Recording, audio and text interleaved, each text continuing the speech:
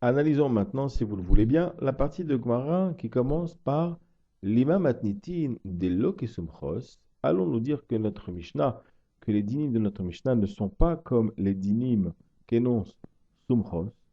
Quel est le cas de Sumchos? Eh bien, il s'agit en fait d'une Mishnah dans la Gemara Baba Kama, page 46a, là-bas, où on parle d'une vache qui a été encornée et dont le veau a été retrouvé mort à côté d'elle. Il y a donc eu un avortement. Toute la question est de savoir si l'encornement a provoqué l'avortement ou si la vache avait déjà avorté avant d'être encornée. Le propriétaire de la vache, lui, bien sûr, réclame la totalité de la valeur du fœtus mort au propriétaire du bœuf encorneur, car il soutient que c'est évidemment l'encornement qui a provoqué l'avortement. Le propriétaire du bœuf, au contraire, soutient que la vache avait déjà avorté avant l'encornement. Bien sûr, il n'y a aucun témoin et aucune preuve ne peut réellement être avancée. Alors, la Gemara dit, Lema Matnitin pose la question, est-ce que nous allons dire que les dynimes de notre Mishnah, où l'on partage sans jurer, ne sont pas comme Sumchos? Là-bas, l'argent qui est en partage, dans le cas de la vache, eh bien, il s'agit en fait de la valeur du fœtus mort. Et la Gemara dit,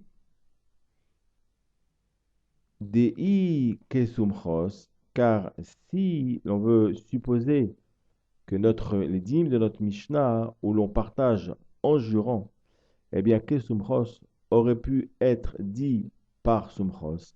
Ha-amar, voici pourtant qu'il a dit une contradiction, un enseignement contradictoire à notre Mishnah. Deux points, ouvrez les guillemets. Mamon hamutal besafek, de l'argent qui est jeté dans le doute, de l'argent sur lequel plane un doute. Cholkin, il partage. Bello chevoa, sans chevoa. Donc d'après Sumchos, eh bien, on ferait un partage sans serment, ce qui est complètement contradictoire à notre Mishnah où on fait un partage avec serment. C'est la raison pour laquelle les Khatrila, a priori, la Gemara pose la question interro-négative. Les mamatnitin delok et sumchos, allons-nous dire que notre Mishnah n'est pas comme Sumchos?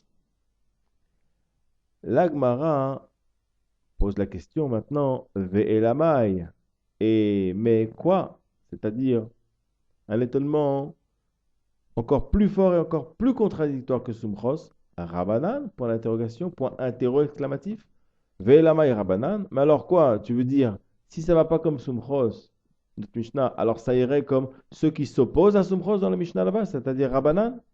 Et ce Ve'elama, il marque ici une contradiction, un étonnement encore plus fort que le fait de poser éventuellement, de poser l'éventualité que Sumchos pourrait être l'auteur des dynimes dans notre Mishnah. C'est-à-dire que si ce Ve'elama, il signifie que si déjà Sumchos est loin de notre Mishnah, alors Rabbanan là-bas qui s'oppose à Sumchos, d'après ce qu'ils disent, serait encore plus loin d'être les auteurs de notre Mishnah. Et pourquoi? Ha-Amre, voici qu'ils ont dit à Rabbanan dans la Mishnah là-bas, c'est une abréviation, Ha-Motzi me-Chavero, Alav, Hareaya, c'est écrit ici. Ha-Motzi, celui qui fait sortir me-Chavero de son ami, donc de l'argent, Alav, sur lui, Hareaya, c'est sur lui la preuve, c'est à lui incombe d'apporter une preuve par des témoins, comme quoi l'argent qu'il réclame de son ami est bien à lui. Donc la Gemara dit, Ve'elamai, mais alors quoi? De manière encore plus étonnée. Rabbanan, tu veux dire que c'était Rabbanan, les auteurs des dîmes dans notre Mishnah? Ha-Amre, ha, celle-là, c'est-à-dire cette contradiction que je vais te ramener maintenant, Amre, ils ont dit. C'est-à-dire, voici pourtant qu'ils ont dit un enseignement encore plus contradictoire à notre Mishnah. Hamotzi mechavero ala veraya. Qu'est-ce qu'il y a de plus contradictoire à notre Mishnah? Eh bien, dans notre Mishnah, on va dire, Sumchos, lui, on va dire comme ça. Dans notre Mishnah, on fait partager en jurant. Sumchosh, il dit on partage sans jurer. Mais Rabbanan, Hamotzi Mechavero Alavaraya, eux, ils partagent même pas. Je répète, dans notre Mishnah, on dit ils partagent en jurant. Veyachaloku, vous vous souvenez. Dans la Mishnah de Sumchos, Sumchos lui-même dit Cholkin Belo Shvua, on vient de le voir. Donc partage sans serment. Mais Chachamim, eux, même pas ils partagent. C'est-à-dire, Amotzi Mechavero ala Varaya, quel est le din? Eh bien, si le propriétaire de la vache veut récupérer la totalité de la somme, donc de la valeur du fœtus mort, chez le propriétaire du bœuf, eh bien, d'après Chachamim, il est Motzi Mechavero, ça veut dire il veut faire sortir une certaine valeur de chez le propriétaire du bœuf, donc de l'argent, à la Varaya, il doit apporter la preuve de ce qu'il avance. Qu'avance-t-il? Que c'est bien le bœuf qui est responsable de l'encordement et de l'avortement de la vache, et donc c'est bien le propriétaire du bœuf qui doit lui payer la somme, la valeur du fœtus mort. Donc, Rachamim disent, on ne partage pas du tout. Tu veux récupérer ton argent qui est soi-disant chez le propriétaire du bœuf pour rembourser le fœtus mort, tu apportes une preuve. Donc c'est ça, ce la maille. C'est encore, les Rachamim sont encore plus loin de notre Mishnah que Sumchos ne l'est. Parce qu'au moins avec Sumchos, on partage. La Gemara pose la question, Haïmaï, qu'est-ce que cela? On va analyser ce cas pour essayer de savoir, bon, comment est-ce qu'on va pouvoir se rapprocher les dignes de notre Mishnah de l'un des deux cas là-bas. Et la Gemara rentre dans un raisonnement de Iamrad Bishlama. Quel est ce type de raisonnement? Le principe de Iamrad Bishlama, il est en deux temps. Il est de dire, je vais te dire quel argument pour moi serait acceptable et la raison pour laquelle il serait acceptable. Mais par contre, je vais te montrer aussi l'argument qui est pour moi rejeté d'office et la raison pour laquelle il est rejeté. Et ça donne Iamrad Bishlama. Ça va bien. Si tu dis, ça veut dire Iamrad. Si tu dis Bishlama en shalom, en paix, c'est-à-dire je suis en paix si tu dis cet argument-là. Ça veut dire ça me convient, ça me va bien. Iamrad Bishlama, ça va bien si tu dis Rabbanan. Ça va bien si tu dis l'argument de Rabbanan, je peux accepter. Hatam, Hatam, et rappelez-vous, il y a toujours dans la Gemara, Acha et Hatam. Acha, c'est le texte qu'on étudie de référence. Ici, c'est notre Mishnah. Et Hatam, c'est le texte qu'on a ramené ici et on fait une comparaison avec ce texte-là. Donc, Hatam, là-bas, dans la Mishnah de Sumchos, donc le cas de la vache, des Lotafset Arvayou, qu'ils ne sont pas deux à tenir le mammon qui est en discussion. C'est-à-dire là-bas, où est le mammon, où est l'argent? Il est que chez le propriétaire du bœuf. Et le propriétaire de la vache n'a pas la main mise sur cet argent. Alors que chez nous, les deux, ils tiennent le talit. D'accord? C'est ça l'opposition ici. Donc, ça va bien. L'argument des Rabbanan, je peux l'accepter. Hatam, dans le cas de la Mishnah de Sumchos, de l'Otaf Setarvayou, qu'ils ne sont pas les deux à tenir l'argent, donc, qui est en réclamation. Amrou Rabbanan, ils ont dit Rabbanan dans ce cadre-là, Hamosi Mechavero Alav Areaya. Donc, je peux comprendre que puisque là-bas, Chachamim, ils ont dit, quand il y en a un seul des deux qui tient l'argent, qui est en discussion, eh bien, on doit apporter une preuve, les témoins. Acha, chez nous, dans notre Mishnah, des Tarvayut Tafse, que les deux y tiennent. C'est-à-dire, puisque les deux y tiennent, quand chacun y réclame le talit, en fait, c'est comme s'il réclamait quelque part une part du talit qui est chez l'autre. Donc, il ressemble au propriétaire de la vache qui réclame une part, donc du mammon, de l'argent, qui est chez le propriétaire du bœuf.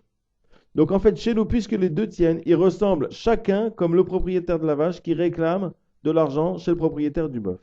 Donc puisque là-bas, dans la Mishnah de Sumchos, le propriétaire de la vache, il doit apporter une preuve très forte, puisqu'il ne tient rien du tout. Il doit apporter des témoins pour extraire de l'argent de chez le propriétaire du bœuf.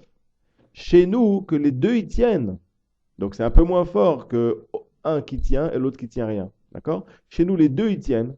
Donc, on va aussi comprendre que Chachamim, il pourrait dire chez nous qu'on leur fait apporter une preuve moins forte que des témoins, puisque les deux tiennent.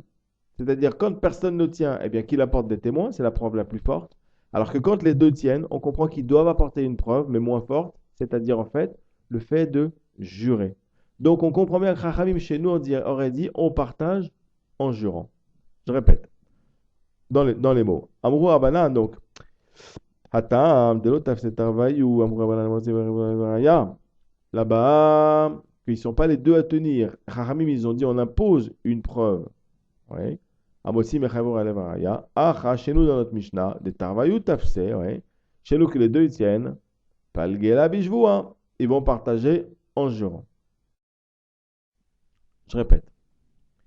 Puisque dans la Mishnah là-bas, quand il y en a un qui réclame de l'argent chez l'autre, Haramim ils disent tu amènes une preuve. Tu ne tiens pas cet argent, tu amènes une preuve, c'est quoi? C'est des témoins. Donc les témoins, c'est une preuve très forte. Une preuve moins forte, ça serait de jurer. Donc chez nous, dans notre Mishnah, quand les deux y tiennent, que chacun il ressemble un peu au propriétaire de la vache qui réclame au propriétaire du bœuf, chacun il tient un bout du talit et il réclame le reste du talit à l'autre, et inversement. Donc on comprend que ça ressemble à Chachamim. Et donc Chachamim chez nous aussi dirait on apporte une preuve. Maintenant chez nous, ils ne vont pas dire on apporte la preuve par des témoins. Parce que les deux y tiennent. Quand ils disent des témoins, c'est une preuve très forte. C'est l'un il tient rien et il réclame ce qui est chez l'autre. Donc il faut une preuve très forte des témoins. Alors que chez nous, comme les deux y tiennent, il faut une preuve moins forte, c'est-à-dire un serment. C'est mieux compris comme ça? Donc voilà la première partie du Iamrat Bishlama. C'est-à-dire l'argument qu'on accepterait, Chachamim, et la raison pour laquelle on l'accepte. La Gemara après dit et là, mais, et là je vais présenter, la Gemara va présenter le deuxième argument qui est pour elle inacceptable. Et là, Iamrat Sumchos, si tu dis Sumchos, si tu veux me faire accepter que ça pourrait être Sumchos dans notre Mishnah, Hashta, maintenant, c'est important, et là on va soulever un peu le texte, voilà. Hashta, maintenant, Uma, et là on rentre dans un nouveau type de raisonnement talmudique qui s'appelle le Kal Vachomer. Le principe du Kal Vachomer, ici, il est comme ça. C'est de dire une proposition qui sera valable dans un cas lourd le sera à plus forte raison dans un cas léger. De quelle proposition s'agit-il ici? Eh bien, il s'agit de dire partager sincèrement. C'est la proposition de Sumchos. Et on va dire le cas lourd, c'est le fait que celui qui réclame de l'argent à l'autre ne tient rien. Le cas léger, c'est dans notre Mishnah que chacun tient un morceau du talit et donc, quelque part, il a déjà une part de talit qui est à lui et donc, ce n'est pas un vrai cas de Hamotzi Mechavero Alav Areaya. Donc, c'est plus léger que dans le cas où le propriétaire de la vache ne tient rien et réclame une part qui est chez l'autre. Donc, on va dire comme ça. Si déjà, dans le cadre d'un vrai Hamotzi Mechavero Alav Areaya qui appellerait normalement pour faire sortir de l'argent de chez le propriétaire du bœuf, ça appellerait normalement une vraie preuve qui s'appelle des témoins, une preuve très forte qui s'appelle des témoins. Si déjà dans ce cadre-là, où on aurait besoin de témoins pour faire sortir de l'argent de la part du propriétaire du bœuf, eh bien Sumchos réussit à imposer lui son point de vue, pas qu'il impose son point de vue, il réussit à dire un din aussi étonnant qu'on partage sans chevois, là où vraiment parce que je vois c'est aussi une preuve. Lui il dit on partage sans preuve. Ouais. Chachamim, ils disent on partage avec une preuve. Donc je répète, si déjà, dans le cadre d'un vrai Hamotzi Mechavero ala Vereya, où celui qui réclame à l'autre ne tient absolument pas l'argent, et on lui dit tu veux récupérer de l'argent de ses propriétaires du bœuf, eh bien tu apportes une preuve aussi forte que des témoins. Dans ce cadre-là, Sumchos réussit à dire on partage sincèrement. Alors, chez nous, dans notre Mishnah, où les deux tiennent, où c'est pas vraiment un cas de Hamotzi Mechavero ala Vereya, pour réussir à récupérer une partie du talit, on ne leur impose pas d'apporter des témoins, mais simplement un serment d'après Chachamim. Alors, à plus forte raison que Sumchos aura la force de dire son din à lui, c'est-à-dire en partage, sans chevois.